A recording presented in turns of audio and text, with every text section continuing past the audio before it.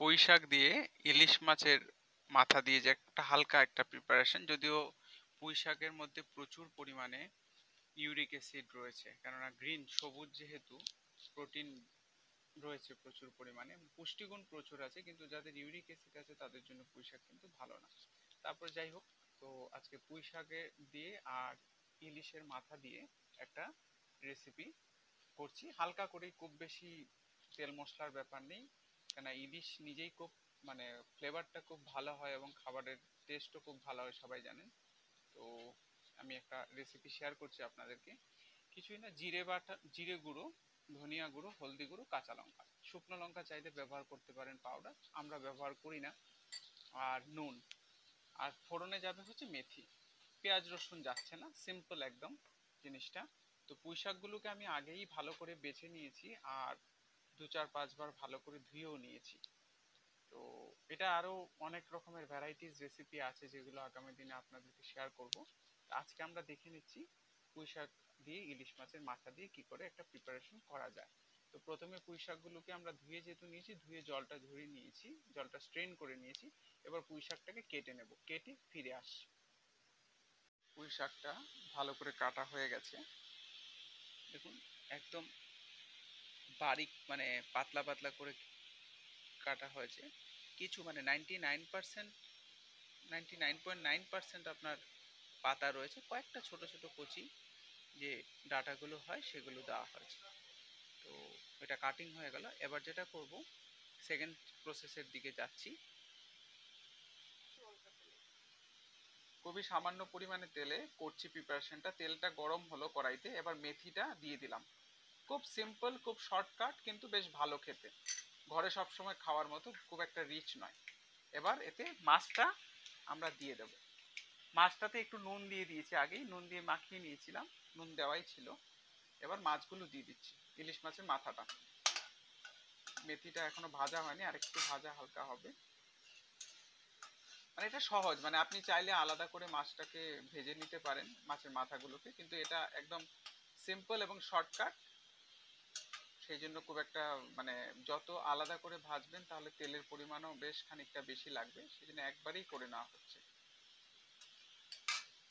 এবার মাছের মাথাটা দিয়ে দিচ্ছি।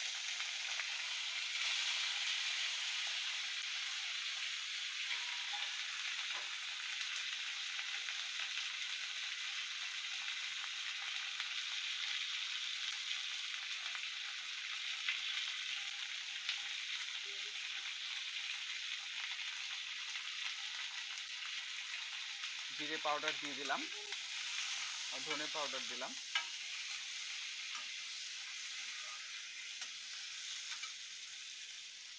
এবার জিরে পাউডার দিয়ে দিচ্ছি, হলদি পাউডারও দিয়ে দিলাম, একবারে সব দিয়ে দিলাম, মানে খুব ইজি প্রসেস। কাঁচা লঙ্কাগুলো দিয়ে দিলাম, খুব সহজে রান্নাটা হবে। সামান্য পরিমাণে একটু জল দিয়ে দিলাম, যাতে মশলাটা পুড়ে না যায়, যেহেতু গুঁড়ো মশলা সেহেতু তেলে পুড়ে যাওয়ার একটা ব্যাপার থাকে। এবার একটু নুন দেব।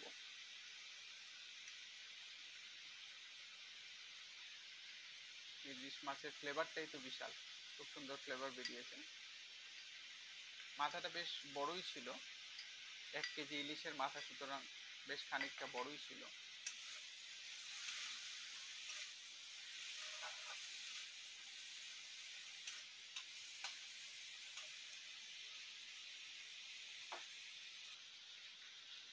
মাছটা মোটামুটি ভাজা হয়ে গেল।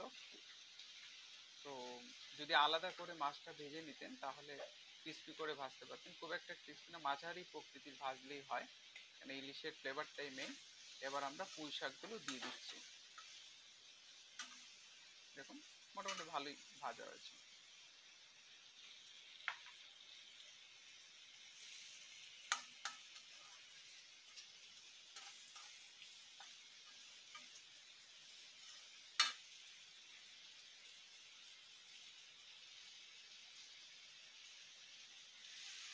পুঁই শাকটা দিয়ে দিচ্ছি।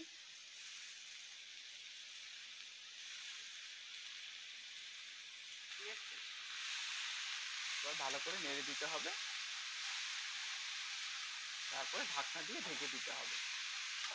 পুঁই শাকের মধ্যে যে জল আছে তার দিয়ে সেটা কুক হবে। মশলা তো সবই দেওয়া আছে, নুনও দেওয়া রয়েছে, ধীরে ধীরে কুক হবে। আপনারা একটা জিনিস করতে পারেন, পুঁই শাকের মধ্যে যেহেতু ইউরিক অ্যাসিডের পরিমাণ বেশি থাকে, তা সেক্ষেত্রে পুঁই শাককে কাটার পরে একটু গরম জলের মধ্যে নুন দিয়ে ভিজিয়ে রাখতে পারেন, তাহলে পিচ্ছিল ভাবটাও কমে যাবে এবং ইউরিক অ্যাসিডের পরিমাণটাও খানিকটা কমবে। এটা একটা কিন্তু ছোট্ট টিপস।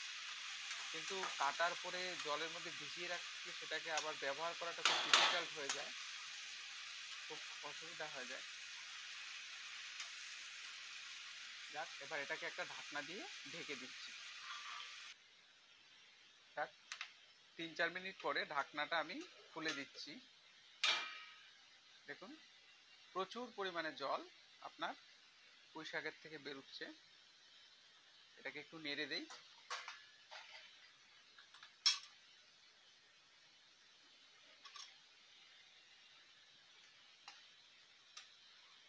আবার এটাকে একটু সময়ের জন্য ঢেকে দেবো। মানে এখন ঢেকে দেওয়ার অর্থ হলো এটা যাতে তাড়াতাড়ি কুক হয়ে যায়। সামান্য পরিমাণে দাও, একটু গোলমরিচের গুঁড়ো দিতে হবে। যেহেতু শুকনো লঙ্কা পাউডার বা শুকনো লঙ্কা খুব একটা বেশি পরিমাণে দেওয়াই হয়নি, একটু গোলমরিচের গুঁড়ো দিয়ে দিলাম সামান্য পরিমাণে, আপনারা আপনাদের চয়েস অনুযায়ী দেবেন। গোলমরিচ কিন্তু হজমে সাহায্য করে।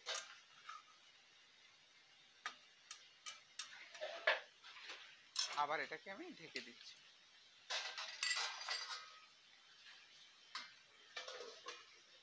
একটু পরে আবার ফিরে আসছি।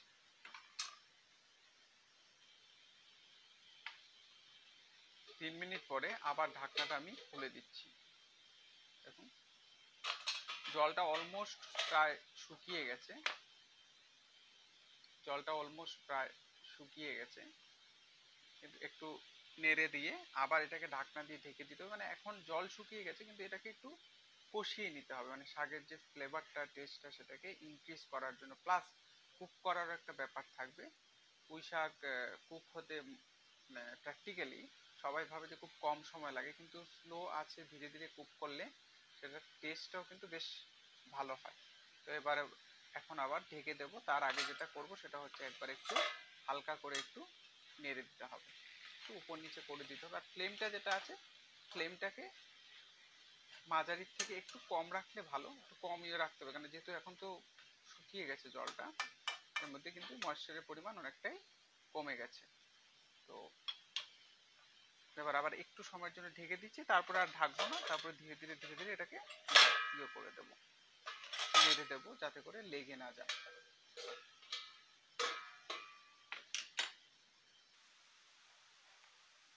একটু পরে ঢাকনাটা আবার খুলে দিলাম। প্রায় হয়েই এসছে, বোঝা যাচ্ছে দেখে। এবার আর ঢাকবো না, একটু খোলা থাকবে, এইভাবে একটু এটাকে হালকা করে কষে নিতে হবে। অনেকে পুঁই শাকটাকে একটু জল জল রাখে, মানে একটু তার মধ্যে একটু জলীয় ভাব থাকে, মানে একটু মানে রস রস টাইপের থাকবে বা একটু লিকুইড ভাবটা থাকবে, কিন্তু আমরা একটু ড্রাই ড্রাই করি, এটাকে করতে ভালোবাসি। হয়ে গেছে, আর একটু সময় এইভাবে মিডিয়াম ফ্লেমে একটু কষিয়ে নেব। 2-4 মিনিট সময় কষিয়ে নিলেই হয়ে যাবে। ফ্লেভারটা খুব ভালো বেরিয়েছে। 2 থেকে 4 মিনিট সময় এটাকে এইভাবে একটু কষিয়ে নিতে হবে। কষিয়ে নিয়ে তারপরে ফিরে আসছি।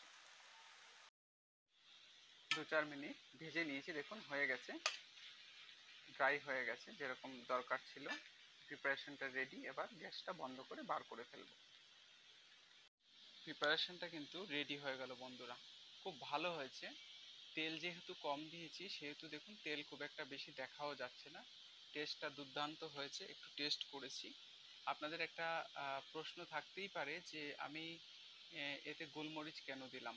শুকনো লঙ্কার গুঁড়ো ব্যবহার করিনি, কাঁচা লঙ্কা দিয়েছি সিডগুলো ফেলে দিয়ে।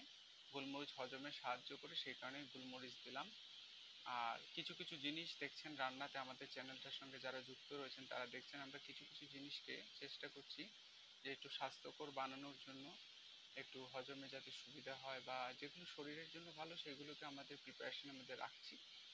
শাকটা মা কেটেছে, খুব সুন্দরভাবে কেটেছে, সেজন্য খুব সহজে তাড়াতাড়ি রান্নাটা হয়ে গেল।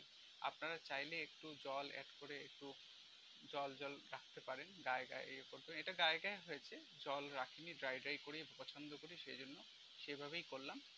খুবই ভালো হয়েছে। এই রেসিপিটা আপনারা এইভাবে বানান, আশা করি আপনাদেরও ভালো লাগবে। ইলিশ মাছ যেহেতু নিজেই খুব সুস্বাদু, সেই জন্য ইলিশ মাছের প্রিপারেশনে খুব বেশি পরিমাণে ইনগ্রিডিয়েন্টস দিতে হয় না। আমাদের চ্যানেলের সঙ্গে যুক্ত থাকুন, আগামী দিনে আরও নতুন রেসিপি যেগুলো খুব সহজে আপনারা বানাতে পারেন সেই ধরনের রেসিপি আপনাদেরকে আমরা প্রোভাইড করব। ভালো থাকুন, সুস্থ থাকুন, খুব তাড়াতাড়ি দেখা হচ্ছে।